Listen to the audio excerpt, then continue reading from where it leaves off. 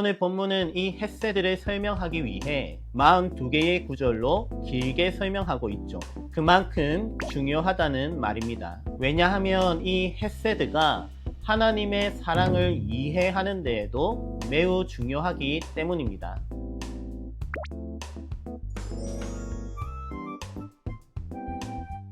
반갑습니다.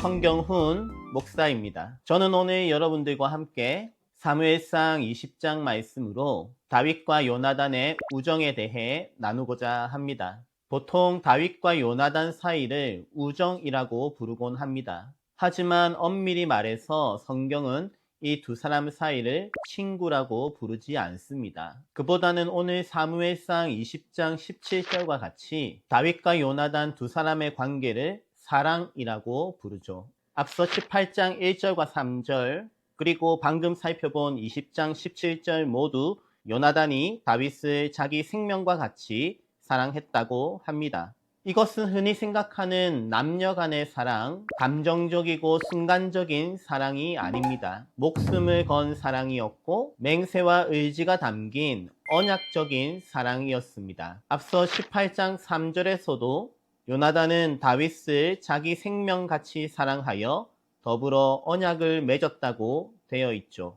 그리고 그 언약적인 사랑, 변함없이 충성스러운 사랑, 약속을 따라 영원히 이어지는 사랑을 두고 성경은 헷세드라고 부릅니다. 그래서 오늘 본문에서도 다윗과 요나단의 대화 가운데 세 차례나 헷세드라는 단어가 등장합니다.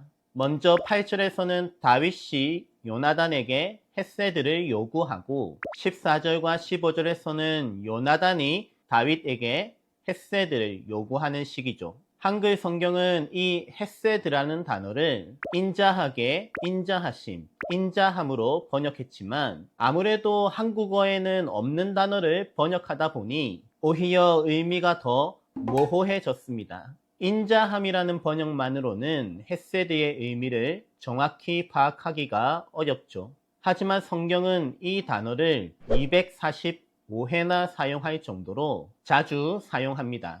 그리고 오늘 본문은 이 헷세드를 설명하기 위해 42개의 구절로 길게 설명하고 있죠. 그만큼 중요하다는 말입니다. 왜냐하면 이 헷세드가 하나님의 사랑을 이해하는 데에도 매우 중요하기 때문입니다. 오늘 본문 1절에서 다윗은 라마나옅에서 도망하여 요나단에게로 갔다고 합니다. 지난 시간 살펴보았듯이 라마나옅은 하나님의 임재가 가득한 선지자 공동체였죠. 그런데 이런 공동체에서 작별 인사도 없이 도망쳤다는 말은 다윗의 불안이 얼마나 컸는지 잘 보여줍니다. 악령에 사로잡힌 사울조차 이 선지자 공동체에서 다윗을 잡아가지 못했는데 이보다 더 안전한 장소가 어디에 있을까요? 하지만 다윗은 5절에 초하루가 다가오자 불안했습니다. 초하루에 왕과 함께 식사하는 자리에 혹시 자신이 가야 하는 건 아닌지 하고 말입니다. 가도 되는지 가면 죽는지 애매한 상황이었습니다. 돌아가야 할 때인가 도망가야 할 때인가 선택해야 할 때였습니다. 그래서 다윗은 사무엘을 떠나 요나단을 찾아갔습니다. 사실 요나단만큼 내부 사정을 정확하게 알 만한 사람이 없었죠. 1절에서 다윗은 혹시 사울이 자신의 생명을 아직도 노리는지 궁금했습니다. 물론 2절에서 요나단은 결단코 아니라 내가 죽지 아니하리라고 다윗을 진정시켰죠.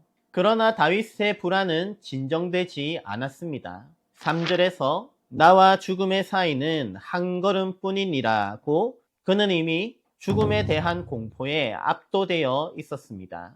1절과 3절, 5절부터 8절까지 내가, 내, 나의, 나라는 표현을 12번이나 사용하는 데에서 알 수 있듯이 다윗의 관심은 온통 자신에게 쏠려 있었습니다. 자기만 생각할 정도로 다급했고 마음의 여유가 없었습니다.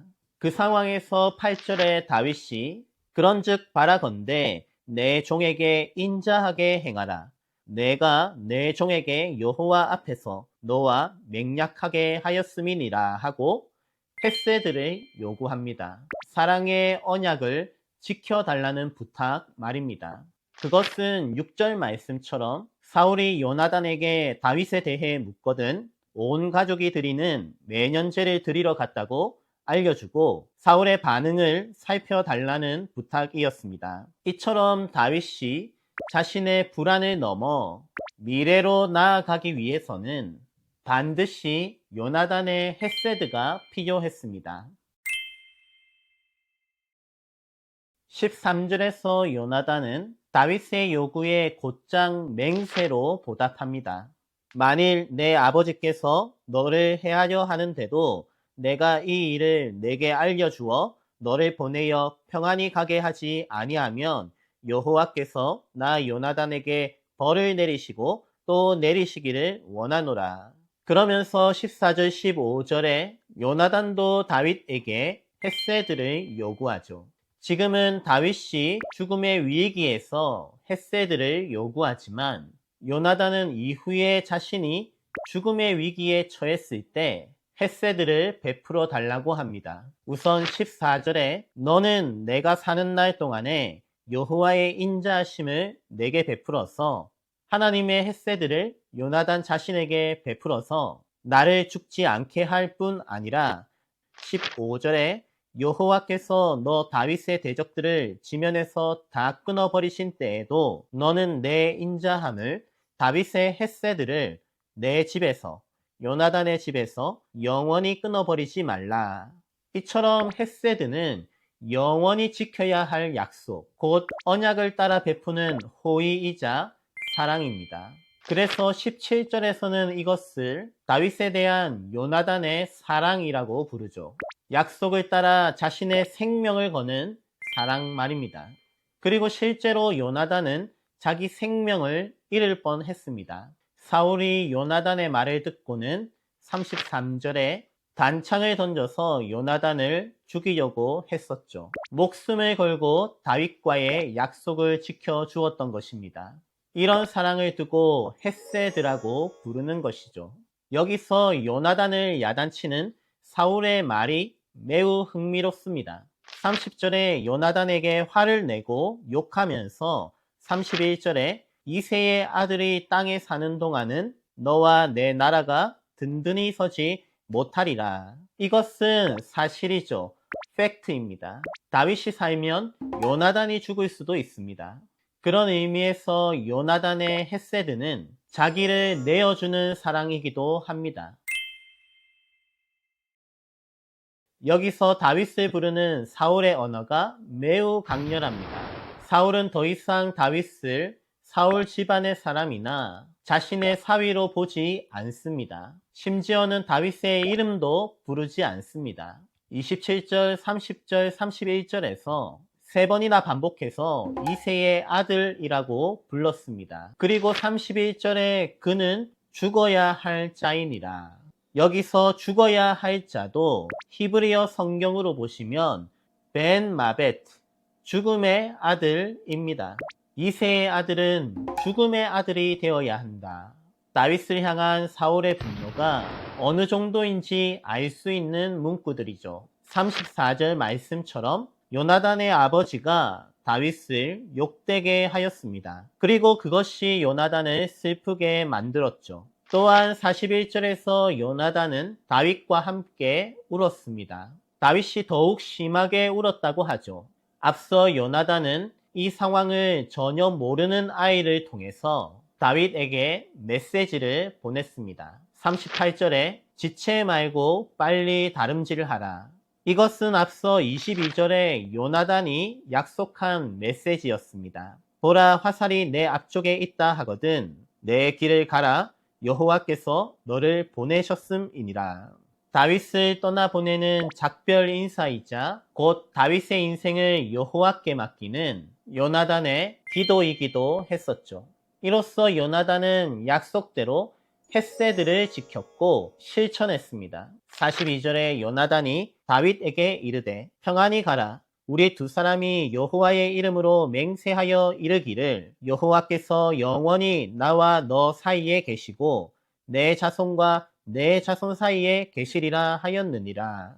비록 두 사람 모두 각자 자기의 길을 가게 되었지만 두 사람 사이의 헤세드는 하나님 안에서 영원히 이어지는 것입니다. 이처럼 요나단이 다윗을 평안히 놓아줄 수 있었던 것은 영원에 대한 믿음이 있기 때문이죠. 하나님 안에서 영원히 이어질 사랑을 알기 때문에 요나단은 다윗을 기꺼이 평안히 보내주었습니다. 다시 말해 요나단의 사랑은 마치 자기 소유인 것처럼 붙잡고 지배하고 통제하는 사랑이 아니라 영원의 관점에서 기꺼이 놓아주고 신뢰하며 다시 만날 것을 기대하는 사랑이었죠. 이처럼 그의 사랑에는 소망이 있었습니다. 그것이 바로 하나님의 헤세드, 하나님의 인자하심, 하나님의 사랑이기도 하죠. 그래서 우리는 사랑하는 사람도 평안히 놓아줄 수 있습니다. 죽음 앞에서도 다시 만날 것을 기대하며 소망을 잃지 않죠. 23절과 42절에서 요나단이 말하듯이 여호와께서 영원히 나와 너 사이에 계신다는 믿음으로 영원에 대한 소망 가운데 끝까지 사랑하는 것이죠. 따라서 하나님과 우리 사이의 헤세드에는 믿음과 소망과 사랑이 모두 담겨 있습니다. 다윗은 요나단과의 헤세드를 통해서 떠날 수 있는 용기와 희망을 얻었죠. 믿음과 소망과 사랑이 담긴 헤세드를 경험하고 배웠습니다.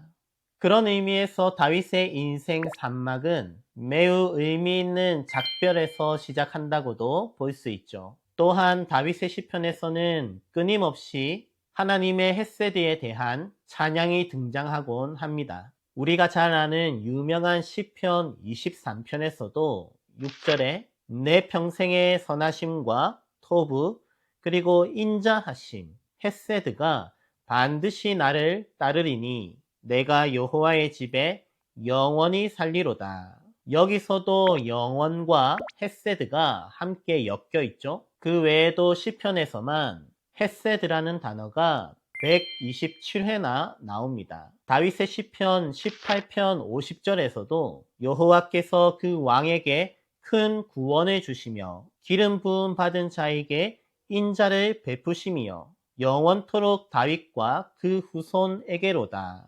다윗이 하나님께 받은 인자, 헤세드를 강조하고 있죠. 이처럼 다윗은 평생에 걸쳐 하나님의 헤세드를 배웠습니다. 흔히 영어 성경에서 번역하듯이 하나님의 변함없는 사랑, steadfast love, 하나님의 영원한 사랑, everlasting love 말입니다. 그리고 자기 인생에서 가장 힘든 순간에 사울의 집을 떠나 홀로 새롭게 시작해야 하는 순간에 다윗은 요나단을 통해 헤세드의 사랑을 배우는 것입니다. 이 헤세드의 사랑이 다윗이 홀로 새롭게 시작하는데 큰 힘이 되지 않았을까요? 우리 그리스도인들의 인생도 마찬가지입니다. 우리 역시 십자가에 달리고 부활하신 예수님을 통해 하나님의 헤세드를 배우게 되죠. 하나님의 언약적인 사랑, 자기 생명을 내어놓으시는 목숨을 건 사랑, 다시 만날 그날까지 끊임없이 이어지는 영원한 사랑을 예수 그리스도의 십자가와 부활을 통해 배웁니다. 따라서 우리 역시 다시 시작할 수 있습니다. 하나님의 헤세드에 담긴 믿음과 소망과 사랑을 통해 우리는 계속해서 앞으로 나아갈 용기를 얻습니다. 오늘 메시지를 통해 여러분들에게 그와 같은 용기가 일어나시길 기도합니다. 계속해서 하나님의 헤세드, 십자가와 부활의 사랑을 배워가시길 바라고요. 저는 이만 다음 영상에서 찾아뵙겠습니다. 샬롬.